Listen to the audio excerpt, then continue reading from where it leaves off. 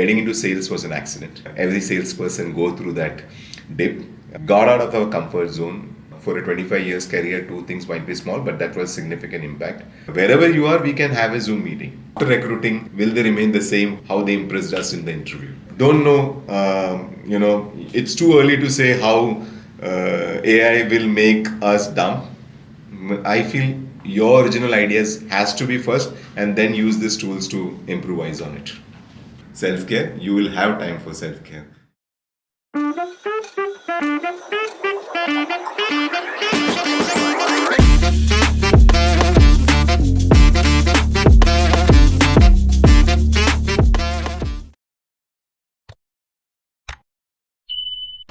Selling has changed so much in the past 2 decades.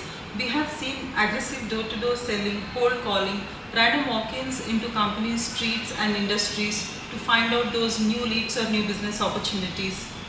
Technology and internet has eased the situation and helped us to access or research customer data and reach out to them via additional channels like phone calls, SMS, WhatsApp and email. Then came social selling. We started using social media or social network platforms to connect and engage our target customers and influence them for deals. Pandemic has pushed us to adapt virtual selling via Zoom and Meets. Now what could be the next change in selling? AI or more? Whatever may be the change, the answer for future always stems from the past experiences and learning on how we dealt with change in the past. So let's start collecting experiences, learning, views and thoughts of senior sales leaders who have experienced change in the past so that we are geared up for future. Welcome to Deep Talk Sales Season 1. I'm Lavanya Parvatreddy, host for Deep Talk Sales and founder and CEO of SalesGuys.in and Behold.social. Episode 1, we have Mr. Ravi Nair from Mumbai, who is National Sales Head for 9.9 Group. Welcome, Mr. Ravi Nair. Thank you, and thank you for giving me this opportunity. Deep Talk Sales. I think my inputs might help, and if it is help, I think it would be great to all the salespeople who are looking into a career into sales. That's the very reason, that Deep Talk Sales is created for, and we are really excited to know more about your experiences. So we will proceed to the question and answer session. Yeah, sure. Thank you. So, Mr. Ravi, would you give us a quick walkthrough of how your sales journey started and what are the companies that you worked with and how is it going right now? So, if I to be honest, getting into sales was an accident. After my graduation, I wanted to quickly become independent, and while writing my exams, I got a pamphlets telling that American Remedies is recruiting medical representative. That's why I landed there. But I could not get the feel of a sales because it was an indirect sales, and then got into media. And that started my journey into media sales and media B2B sales. So starting with Indian Express for a new product, they have a division called Business Publication Division, and it was a fairly new product. I was given a task of selling classified. Then I got a break in cyber media. This was a big turning point in my life. I got into media sales, that too IT media sales, when IT was on a boom. And this particular publication was the Mughal in IT media sales. So that was my biggest break. And would you like to name the publication? Yeah, the publication name is Cyber Media, and the brands were DataQuest, PCQuest, and they had some annually. They used to come in July, August. They used to come with a special edition called DQ Top 20, where IT companies used to rank, and IT companies used to see there was a competition whether I'll come above another company and so on and so forth.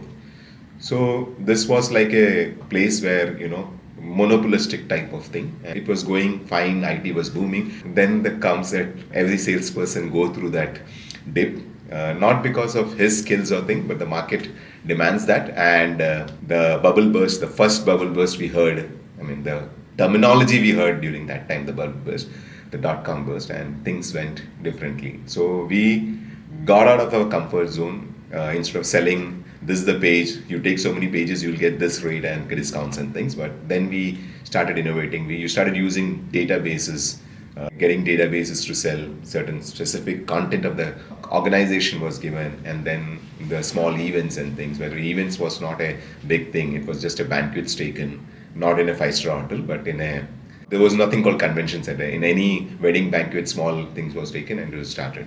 So that's my media thing. And from there on till now, I have been associated with different IT industry, IT media, B2B magazines, then moved to Express Computer, part of the Indian Express Group, now with 9.9. And in between, where I rejoined cyber media, I had a organization called Data Media Systems, which were into, they were selling projects, project reports of infrastructure projects. Then got an opportunity to be part of the largest private bank, ICICI Bank. There was a shift from sales to marketing, where I learned about how data is being used, precision way of getting to the selling happens and things. So basically, we were responsible for providing the precise data for different products and things. Then back to cyber media. In cyber media, during the second stint in cyber media, the last stint, I was part of their cyber media services, which was they were the Google partners, where I got into digital. It was like an agency, digital marketing, sales and things, and then with Express Computer now as a national role in 9.9. So I took some time to reach to the national sales head and things. Any significant moments that you would like to share in your sales journey? Yeah, I account two things. For a 25 years career, two things might be small, but that was significant impact. One is there was a organization which is into data center, Bangalore-based organization. They were planning a campaign, first campaign, and somehow an habit of looking for new clients and things happened to land up for a sales call, and then they told that they are looking at a huge campaign. That was one of the biggest campaign I backed for any organization, wherever that was one big campaign I had. And the other one is when I was part of the cyber media services, like many partners Google has, we were one of the partners, and they had organized a event in their premises in Bangalore. An organization called MedLife, I think it's acquired by some conglomerate now, I don't remember who is that. They were struggling to get Google ad campaigns. I connected with the Google chaps, and we started with small 12 lakhs per month campaign and went up to 30-50 lakhs by the time I exited and joined Express Computer, sorry. And what I know is that organization became one of the largest contributor to the cyber media services and things. So that too thing was very significant as far as my sales is concerned. There were two things in it. One is you, in a hunt to get new clients, you landed up at a place at the right time, at the right place to get the first campaign of that, which was in cyber media. And the other thing is, leveraging the event part. When you talk to people, when you talk to people, you come to know what is the issue, and then connecting to the right person and bagging the contract. So these were the two significant business moments in yeah. the sales journey. Yeah. So what changes you experienced in your 2 decades or more than 2 decades of selling on the field? You yourself or the team, all of you together, and you can share your experiences before the change and after the change, like now what it is like selling in the market, whatever the product or the industry that you are representing. Initial days, we were seeing how many visits you make. Okay, whether you have appointments or not, at a particular time you go out. So there were times when when we didn't have a inclination to go out also, you push yourself, at least go meet people and things. That was a time also when there was one landline where everybody used to wait for others to keep the phone and then grab it. You have 15, 10 list in that, and they used to shout there, keep your phone down, I want to call. So that was an era. From there, let's fast forward thing, COVID, where what happened is we were thinking, now what? Okay, before COVID also, this type of cold calling had gone down. Okay, people never used to respect when you used to knock, I want to come this meeting, when this person, even if you have a good rapport, they feel like you don't have anything to do, so you come here to just fill the calls. So that is an impression getting, and so appointment became very critical. And then there was a quality appointment, from a cold sales call to a quality appointment started coming. So you always say that Monday is a time where you will call people, fix up appointments, and get your calendar ready for the till Friday. And when you get an appointment, you say, hey, so and so, I'm in this area. Can I drop at your place? So that used to fetch appointment. Then you came in the COVID era, when you thought, how will the meetings happen? Exactly. And then the Zooms and the Microsoft meetings, all that happened. Okay. So fine. I mean, everything was virtual. Meeting with virtual. People were shy to put on the camera because they were operating from home. 1 year down the ethics changed. If you don't put on the camera, people feel that's not right. You're not showing the face. So the virtually also things It's like changed. you are disrespecting the other Disrespecting person. the other person. When we started going out and post COVID, the immediate thing is okay, wherever you are, we can have a Zoom meeting. There are three things here. Okay, when I started 1995 as a salesperson, people used to judge how many calls you do based on that. If you get your numbers, best. If you don't have your numbers, they say you made less sales call. Then came an era, okay, you made so many calls. How many calls were effective? All right. So Improvement. from a efforts to a effective part of the call. All right. Then came an era where it's not the number of call matters.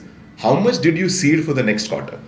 Okay. So whatever you seed for the previous quarter is what you get for the next quarter. So it is not like anything. I mean, at least for a media sales organization, probably it is not right true for any other many other things. But for any media sales and things or any organization, now it is what you seed now. All right. So there are two things. Whatever you do now is implementation. Whatever you work on the field through Zoom or through personal meeting, it is for the next quarter. And biggest takeaway is I still believe in face-to-face meeting is the best form. Try to get it, and that will achieve it. Thank you, for reinforcing our belief in taking deep talk sales as a in-person interview than hosting a Zoom or a Teams call. Yeah. Thank you. Because what happens typically in a virtual meeting is you block the time for 1 hour, all right, and then you are in a hurry. But when you go to a face-to-face meeting, there's a talk on a tea, and it doesn't restrict it to that particular topic. You have some soft topics to share, whether it is a Bollywood, whether it's a politics you avoid, whether it's a cricket match and all that. So that way you happen to build a relationship and the rapport. So at any point of time, after 7 o'clock also you call, okay, अरे क्या हुआ? कुछ कर सकते हो क्या? That's the conversation you have to get into.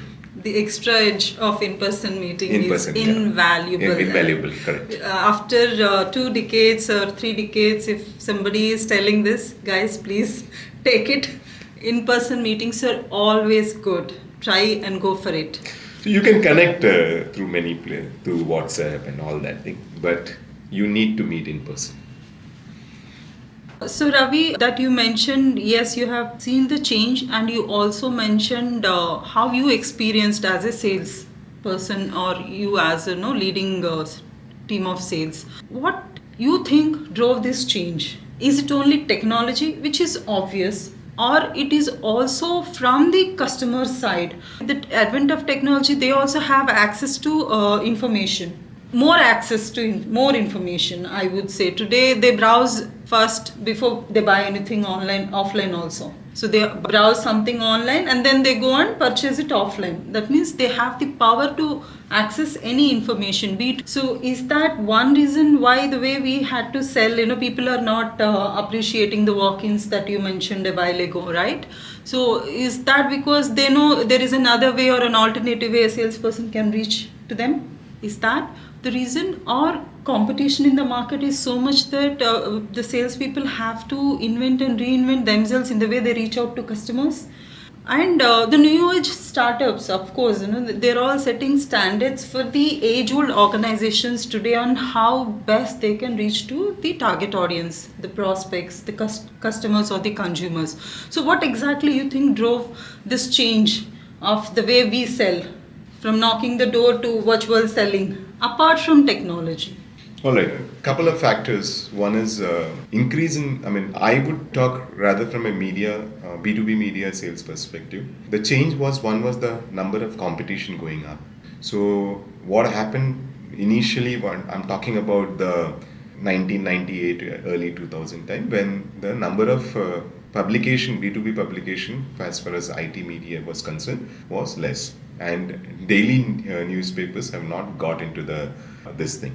And the industry which we were targeting also grew. It was not restricted to a certain specific audience, but everywhere the adaptation of technology started growing, and hence different large conglomerates of media got into it, and others also tried to get a pie of it. So there were too many people who wanted to visit the marketeers there.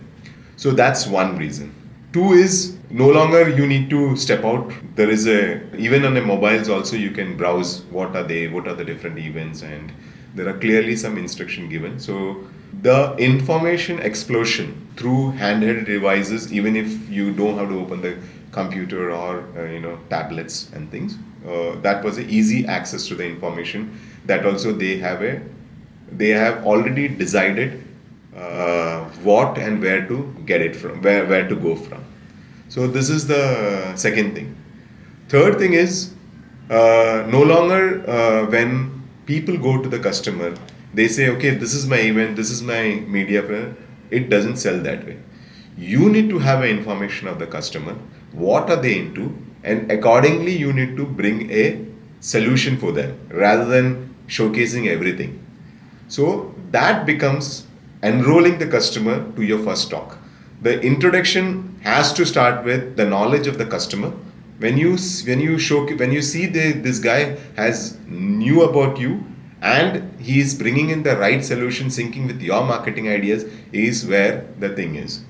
So three things what I've told is, one is the competition increase, the technology, the access of information, and third thing is, unless and until you have the knowledge of the customer, just calling them, wishing them, and showcasing your product won't help. So, Mr. Ravi, how you and your team sailed through those changes?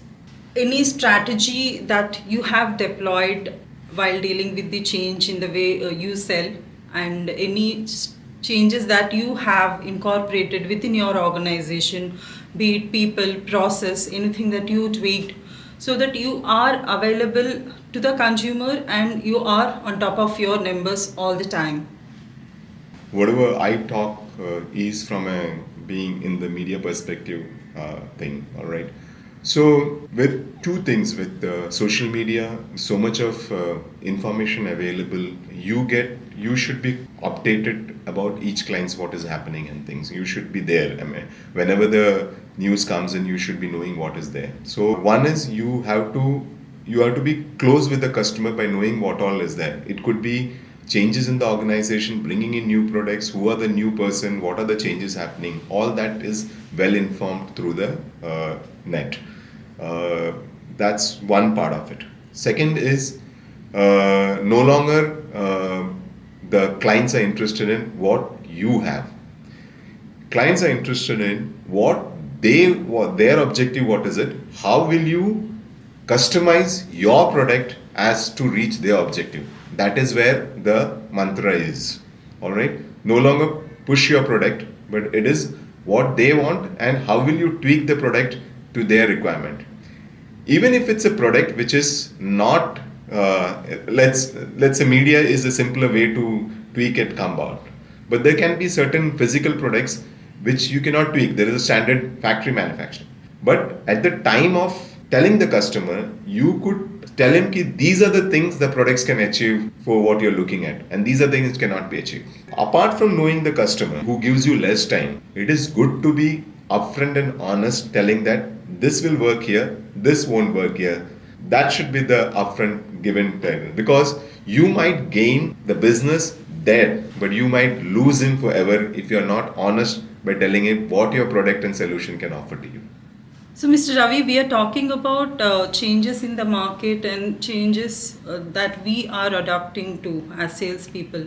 What's your opinion on organizations, and are they agile to the changes in the market? Are they agile in empowering or enabling the sales team with the sufficient training and new sales techniques so that they retain their existing businesses while topping up with the new customers onboarding?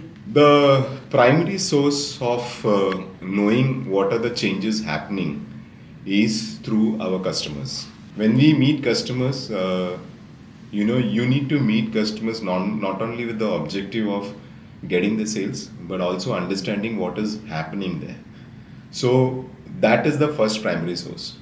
Second is how this primary source, rolls back to the team and how the seniors can adapt that. So that's where the seniors play a role of reviewing it.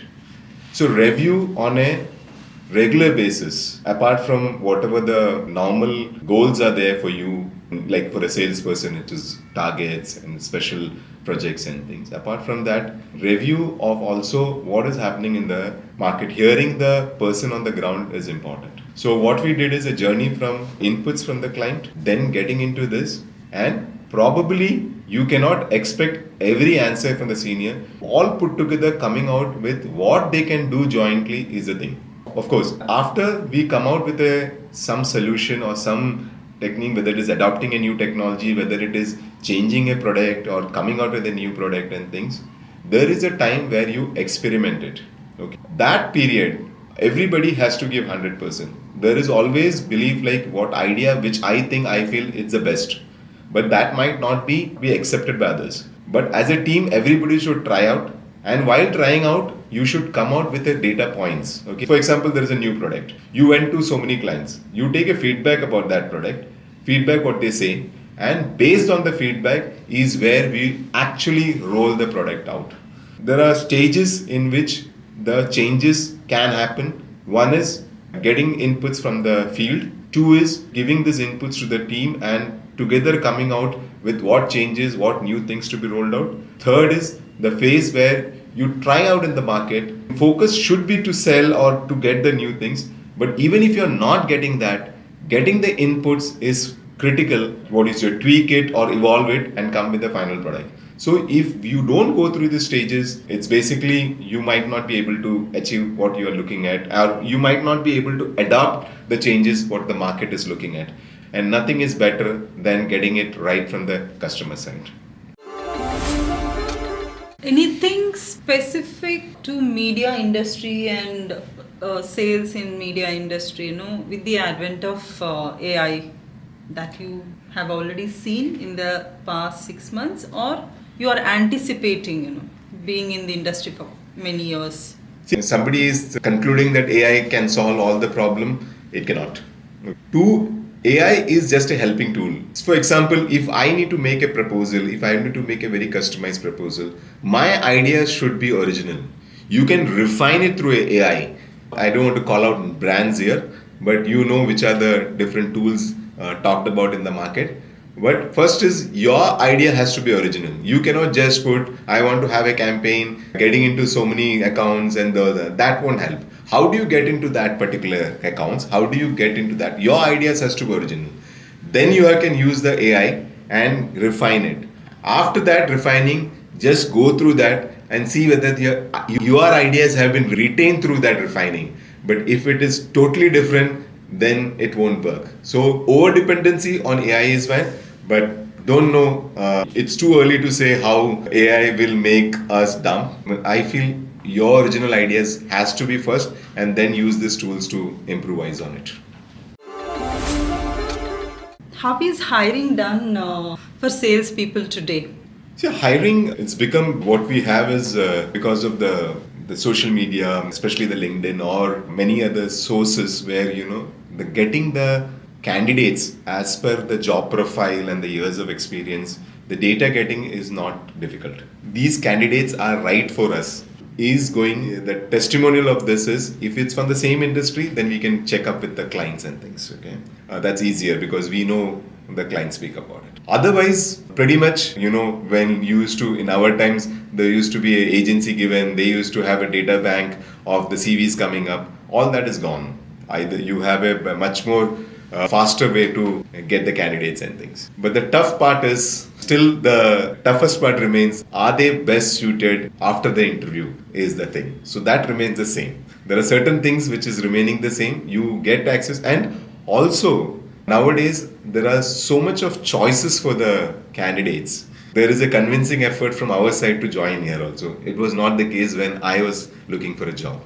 So that also is there. So there are choices of the candidates, data is easily availability, choices from the candidate side, and the biggest challenge is, which has been traditional there, after recruiting, will they remain the same, how they impressed us in the interview. That's the biggest challenge here. That's a challenge forever, pre-recruitment and Yeah. post-hiring. Correct. I have something from the candidate side.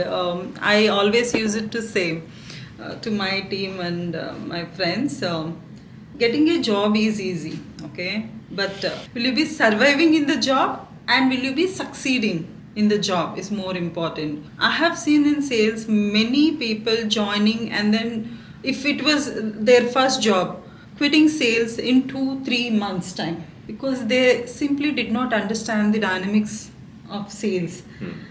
Accepting rejections, searching, exploring, doing market combing, this is all pretty new for them. And then especially the newcomers, it's hard that they stick to the job. But somebody who is into 1-2 years of sales, it's relatively easy that any job that they pick up afterwards, because they've made their choice to be in sales as a career, more or less, with that 2 years of experience. I think those guys are going to give their best. So this is my opinion. For them also, getting a job is easy when they are looking for a change. Whether they survive in that job and succeed in that job is all mindset. Correct. And their effort. So Mr. Ravi, what as per you motivates salespeople today? It's a tough thing to keep a sales team motivated, especially when, as I told you before, there are a lot of choices, and for some small reason they can go out and think. In my 25 years, I was also in the stage where small things used to demotivate and things. But as you gain experience, as you, with your age, when you get, matured in your thoughts and things, I don't know what is the formula to keep salespeople nowadays, motivated, or what is that reasons for certain people being always motivated and certain people getting demotivated fast. But I know one reason will keep these guys motivated and keep themselves secured, which is most of them are insecure because of which the demotivation comes up. They always need to skill themselves by the knowledge, one, about the industry where they are, and the different changes could be in the way of adaptation of technology, or could be the way of how they approach. Now, one simple example I'll give you. When we do a event sales, okay, we first send the emails to everybody telling that this event is there from so and so date.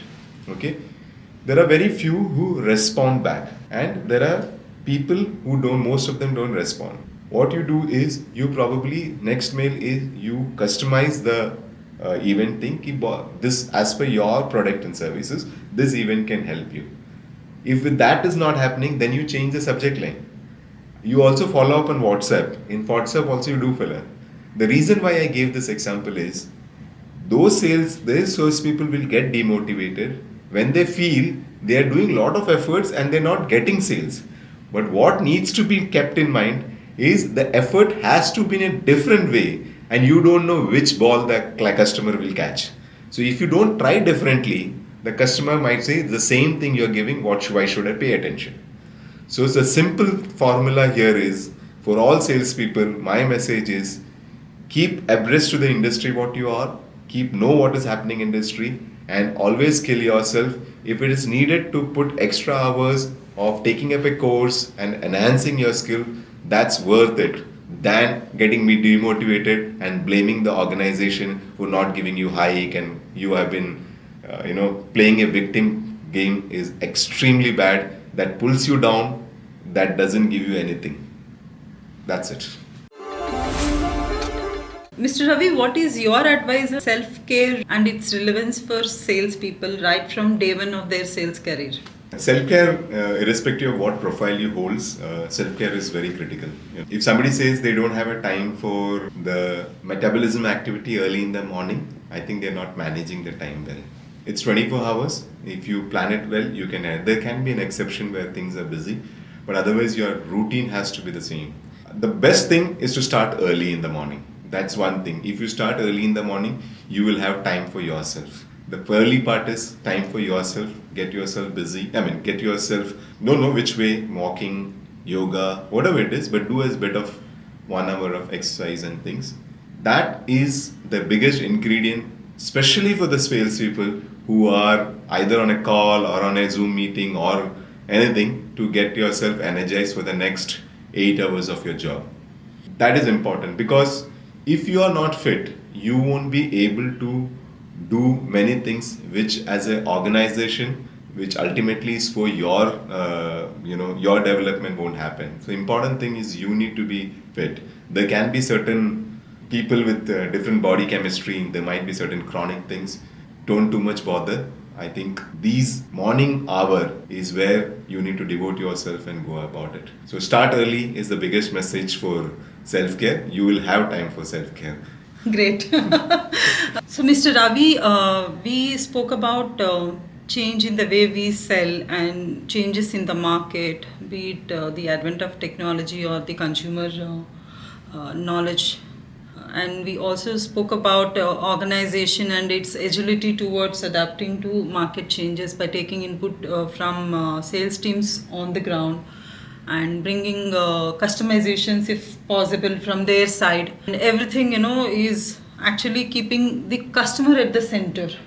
So coping up to changes, but keeping the customer at the center of everything is what we discussed. And we also discussed on how the hiring is, and I won't call it as fears, but then the apprehensions on post hiring a person and his performance is definitely concern for the senior leaders in the organization that you touched upon. And you also shared your opinion on what motivates salespeople and what they should do to keep themselves motivated, by altering the course of their selling.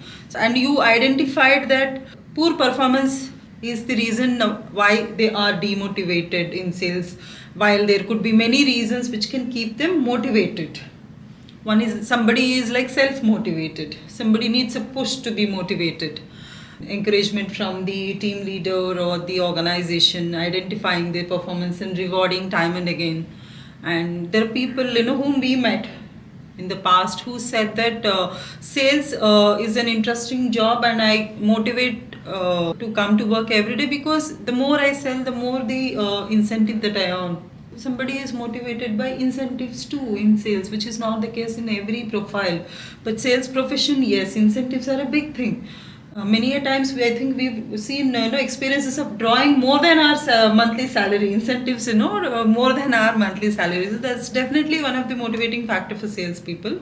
While yes, your point on what demotivates them is important to understand for everyone. Thank you for that. And you also gave your opinion on why self-care and the early morning routine. So would you like to add anything more for today's Deep Talk Sales show? Would you like to add more for all the people out there working in sales, be it with zero experience to any? It could be 20, 25. So everybody has an opportunity to learn, and then we all have seen people who are ready to learn are the ones who are always ahead of others in the industry or in the job. So I think I would put my concluding thing in two parts. One, for those who are apprehension about sales. I'm not pushing anybody for sales, but those who feel that sales is a job where you need to go pursue and things. Everyone, whoever comes here starts with the sales. They are selling at home with their mother to go somewhere. After you get married, you say, the wife sells with the husband, convincing her to get something. Husband sells to wife. The selling is on process, but actually the process is sales, but there is no product or no money exchange. If you use that as a principle, then getting into a professional sales is not at all bad. It's nothing. You do the same thing at home. Only thing is here you have some transaction happening. Home there is no transaction happening. It's a hard transaction happens when at home. So those who are pursuing for sales and those who have apprehension about sales. Now coming back to salespeople. Sales are a very critical profile for any organization because through sales you get business for sales, the capital to run the business for sales. So although you are an important thing, but don't be arrogant about you being in the sales thing. The arrogance is where the downfall will happen. So that's my one message to already sales professional. Second is you might not have get the dues, you might have not got the dues what you are supposed to get. Then the important thing is how to raise the bar and prove yourself, or you might be better in some other organization. So either you raise the bar, be there, or move out. Don't crib there and make yourself demotivated there. So that's my second point. Third point is unless until you keep yourself skilling, you cannot move. Unless until you don't understand your customer, you won't be a better salesman.